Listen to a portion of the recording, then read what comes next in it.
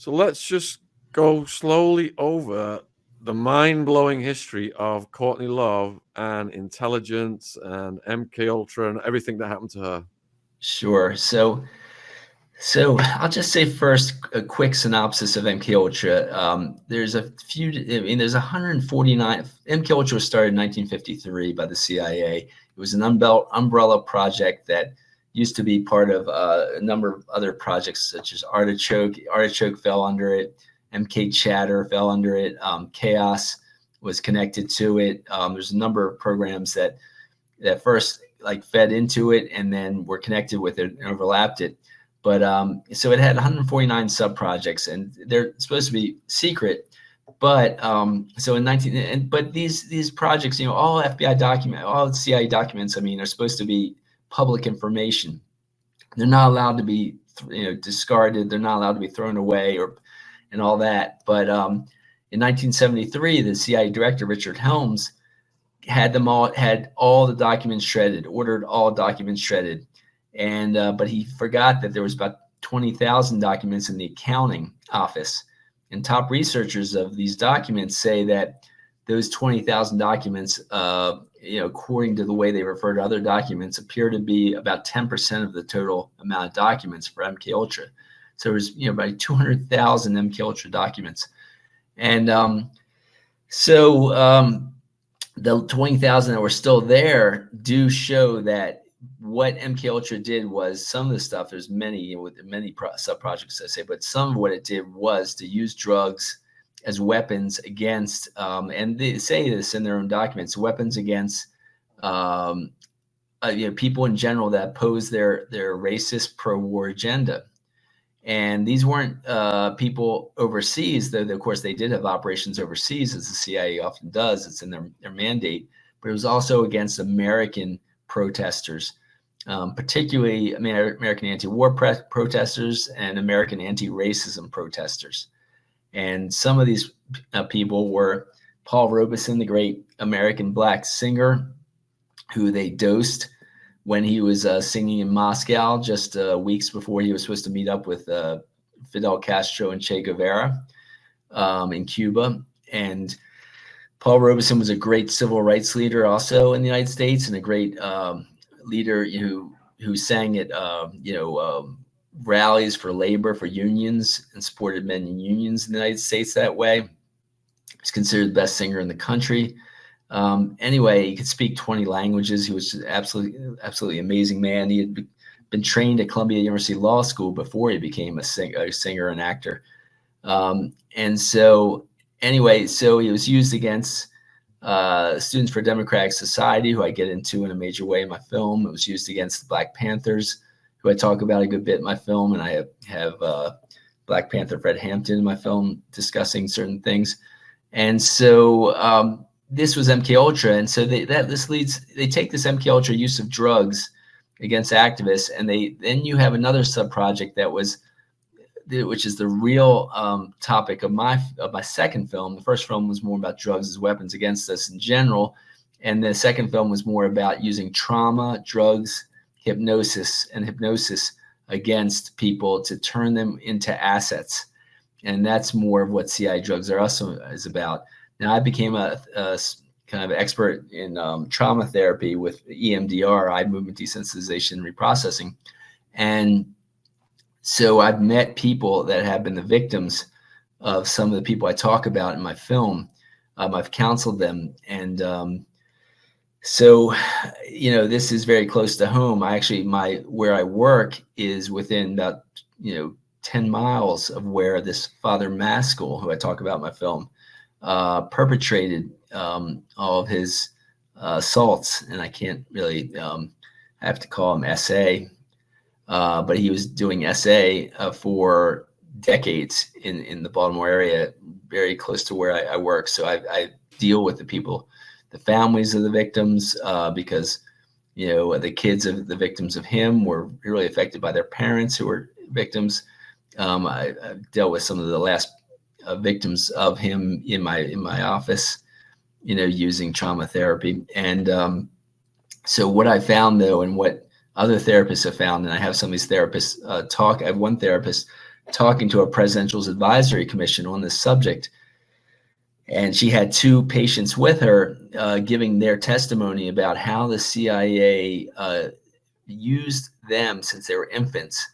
Their parents had serious problems and apparently colluded or sold basically their infants to the CIA to be used, experimented on with the assaults, the SA, drugs, and hypnosis to turn them into assets. And so you'll see them testifying in these Presidential Advisory Commission hearings in 1995 under President Clinton, and then President Clinton's administration. So I argue that Courtney Love was part of this, though I got more into it in my book. I didn't have time to get as much into it about Courtney Love in my film. I do get more into the actual victims of Father Maskell in my film, and they talk about how they were, what Maskell did to them, and he followed the same methods as the CIA's MKUltra program, and that was using hypnosis, drugs like psychohypnotic drugs, but particularly LSD at that time in 1969 against her. She saw LSD on the capsule that was put into her Coke regularly when she came to school, and he assaulted her regularly. Even had police come into a back door in her school where Father Maskell worked, the Catholic high school where he worked, and come in and assault her. And Father Maskell, meanwhile, was working as a lieutenant colonel at Fort Meade. And Fort Meade is the home of the National Security Agency, which has tens of thousands of employees. It's a huge complex for the U.S. intelligence. And here he is. He's lieutenant colonel in Fort Meade. He counsels people with NSA. He was the lead chaplain for the Maryland State Police and the Air National Guard. So he had incredible power in basically the military intelligence complex, believe it or not. And here he was just working at this high school using these girls for decades, and turning them into what they believe was possible CIA assets, because they remember after getting counseling what they went through. And I talk about that in my film and have some of these victims talk about it in the film. And so this is some of the way that they used MKUltra. And with Courtney Love, I show her, that she admitted she was a prostitute when she was in her teens. She was working in two different Asian countries, in doing sex work or some kind of striptease stuff. But she says she admitted being a prostitute in a letter. And her father said she was prostituting on the streets of Ireland before a guy named Stephen O'Leary came in and befriended her. And Stephen O'Leary admitted on his deathbed about 10 years, I guess it was, so he befriended her when she was just turned 17, visiting him in Ireland, and then took her to London to visit these musical communities. And meanwhile, just passed out 1,000 hits of LSD and loads of narcotics to these rising musicians in Liverpool. And it was just, that's the same thing that the CIA did. A guy named Robert Lashbrook, the assistant director of the CIA's MKUltra program, did that in the 60s in London. He brought tons of acid and got into as many musicians' hands as possible, and tons of agents and money, and tried to manipulate as many musicians as possible to use LSD. And this included John Lennon, because John Lennon got his first hit of acid he was dosed by George Harrison's dentist, and which is absurd, and because the dentist could have been sued. And so here is, Courtney Love following the same pattern as Robert Lashbrook did, but maybe not knowing exactly what she was doing. It was hard to know. So here's Stephen O'Leary's guiding her around. His brother Kevin O'Leary is helping out, and she proceeds to then do the same copy of the same pattern. Does that in Portland, Oregon, and a bunch of other music scenes in the United States, including Los Angeles, where she marries the top punk rocker in Los Angeles. And that guy ended up divorcing her because he says, I thought I was marrying some left-wing punk, rock chick. And then I found out I was marrying like this right-wing Phyllis Diller, after I was married to her for a bit, she scared him. She said she slept with generals in Alaska, and they told her wars were good for us. And he doesn't know what he's talking about by being anti-war. So then she, after that divorce, she goes and marries the top, music icon, with a top rising musician in Seattle, which was Kurt Cobain, and proceeds to get him hooked on heroin, promoting heroin inadvertently, and then when John, let me just stop you a second there. Before we get into that, sure. Before she came into Kurt's orbit, was she involved in any violent acts or murder conspiracies? And also, when we talk about when she does come into Kurt's orbit, let's stay with Brown. Let's stay with Brown. Yeah, sure. Okay. Oh, geez. Oh, God. You're fine. You're fine. Keep going. You keep going. You're fine. Yeah, thank you. So Courtney Love, yes, I mean, her first husband said that she would hire these thugs to beat him up whenever he didn't do what she said. And she used to have them at her disposal somehow.